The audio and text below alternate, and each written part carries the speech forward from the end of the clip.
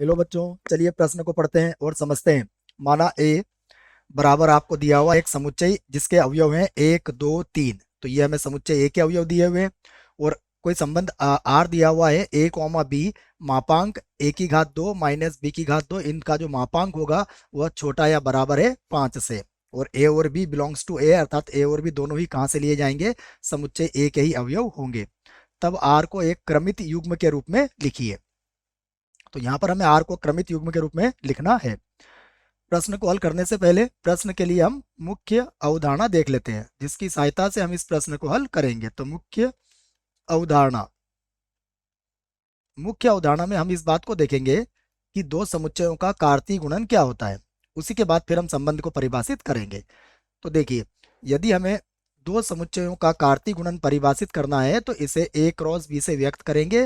और इसका जो समुच्चय होता है वह होता है ए कॉमा बी, सच देट यहाँ पर ए जो होगा वो कैपिटल ए का अवयव होगा और जो बी होगा वह कैपिटल बी का अवयव होगा, जिसको आप इस प्रकार कह सकते हैं कि प्रथम अवयव प्रथम समुच्चय से लिया जाता है और द्वितीय अवयव द्वितीय समुच्चय से लिया जाता है।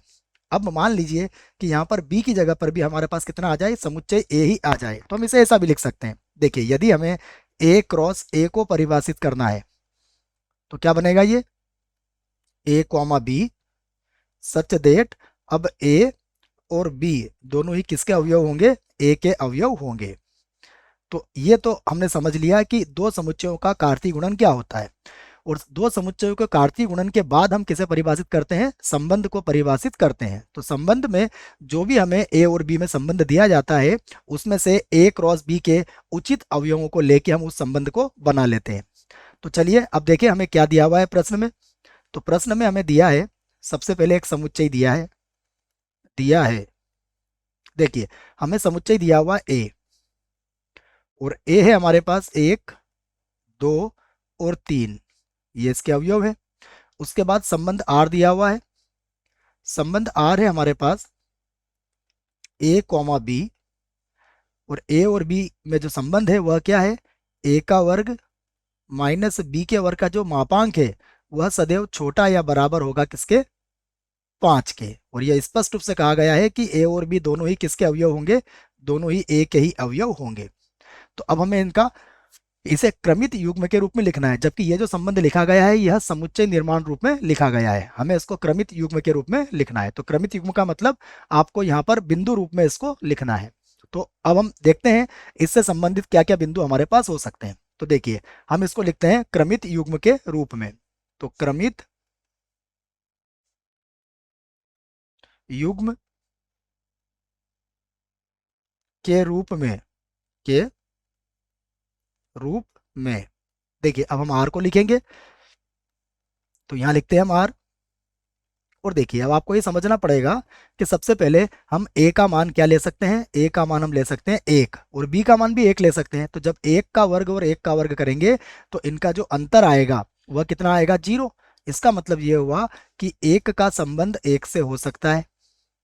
उसके बाद देखिए, यदि हम 1 का वर्ग करें और बी का वर्ग करें, अर्थात ए का मान 1 ले लें और बी का मान हम 2 ले लें, तो 1 का वर्ग और 2 का वर्ग। देखो, मैं इसको एक काम करता हूं, आपको और अच्छे से समझाने के लिए इसको हम अलग से ही हल कर लेते हैं। तो आर को बनाने से पहले हम क्या करते हैं, इसको पहले हल कर लेते हैं, जिससे कि आपको और अच्छे से समझ में ये बात आ जाए। तो चलिए देखिए, सबसे पहले मैं आपके सामने निकालता हूँ मापांक 1 का वर्ग और माइनस 1 का वर्ग। देखिए ये क्या होगा, ये 0 होगा और 0 क्या है, देखो ये 5 या 5 से छोटा है। दूसरा देखिए, दूसरी संभावना क्या हो सकती है कि मैं 1 का वर्ग ले लूं और उसके बाद 2 का वर्ग ले लेता हूं मैं। तो 1 का वर्ग और 2 का वर्ग का उत्तर कितना आएगा, ये होगा -3। और यह भी क्या होगा, 5 या 5 से छोटा होगा, अर्थात ये भी हमारे काम का ही अवयव होगा। उसके बाद अगला एलिमेंट हम या अगला अवयव लेते हैं 1 का वर्ग और माइनस ले लेता हूं मैं, देखिए 3। तो ये ले लिया मैंने 3 का वर्ग। तो 3 का वर्ग क्या होगा, देखिए ये जो 1 का वर्ग है 1 और 3 का वर्ग है, तो -8 हो जाएगा, अर्थात ये कितना बनेगा आपको 8। और यह जो है क्या है, यह बराबर नहीं है या छोटा नहीं है किससे, 5 से। तो इसका मतलब ये अवयव हम नहीं ले पाएंगे। उसके बाद देखिए 2 लेते हैं, तो 2 का वर्ग और 2 के साथ ले लेते हैं 3 का वर्ग, या पहले 2 का ही वर्ग ले लेते हैं। तो देखो 2 का वर्ग और 2 का वर्ग अगर लेते हैं तो इनका उत्तर कितना आएगा, 0, और 0 क्या होता है, 5 या 5 से छोटा ही होता है। उसके बाद देखिए 2 के साथ हम 3 भी ले सकते हैं, तो अब 2 का वर्ग और माइनस लेंगे हम 3 का वर्ग। तो देखो 2 का वर्ग कितना होता है 4, 3 का वर्ग कितना होता है 9, तो 4 में से 9 जाएंगे तो कितना बचेगा, 5, प्लस का ही लेंगे, इसका मतलब यह बराबर होता है 5 के, तो हम इसका भी प्रयोग कर सकते हैं। उसके बाद देखिए अगली संभावना कितनी है, अगली संभावना है कि हम 3 का वर्ग ले लें और उसके बाद फिर से 3 का वर्ग ले लें। तो देखो 3 का वर्ग लिया हमने और यहाँ पर भी 3 का वर्ग लिया, तो इसका उत्तर कितना आएगा, 0। यह भी क्या होगा, 5 से कम ही होगा। अब आप देखिए इसके बाद हम यह कर सकते हैं कि 3 के साथ देखो, यहाँ पर हमने 2 के साथ 3 तो ले लिया था, 2 के साथ 1 नहीं लिया था बच्चों हमने यहाँ पर, तो 2 के साथ 1 लेके देख लेते हैं। देखो अगर हम 2 का वर्ग लेते हैं उसके बाद 1 का वर्ग लेते हैं तो इसका उत्तर कितना आएगा, इसका उत्तर होगा, देखो 4 में से 1 गया तो 3, और यह भी क्या होगा, छोटा या बराबर होगा 5 के।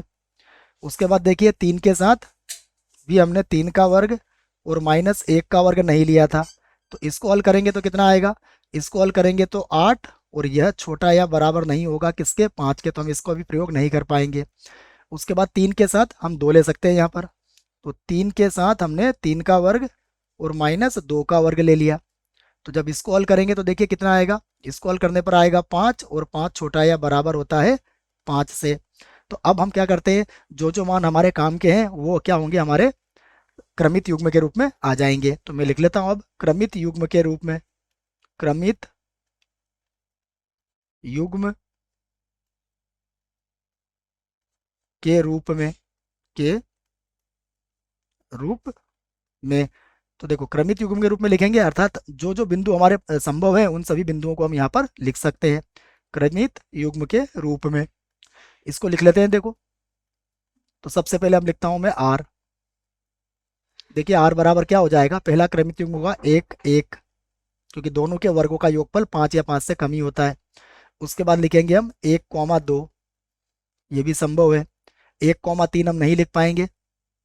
उसके बाद लिखेंगे 2,1, क्योंकि इनके भी वर्गों का योगफल का अंतर जो होगा वो 5 से कम ही होगा।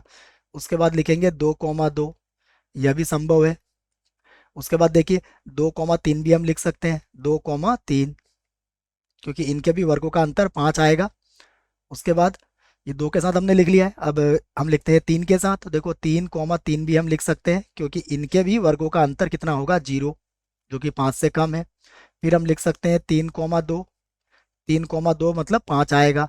तो यह कुछ संभावना है हमारे पास, जो कि हम इस प्रश्न में हम आर के क्रमित युग्म के रूप में लिख सकते हैं, और यही हमारे प्रश्न का उत्तर होगा। आशा करता हूँ आपको इस प्रश्न का उत्तर समझ में आया होगा। धन्यवाद।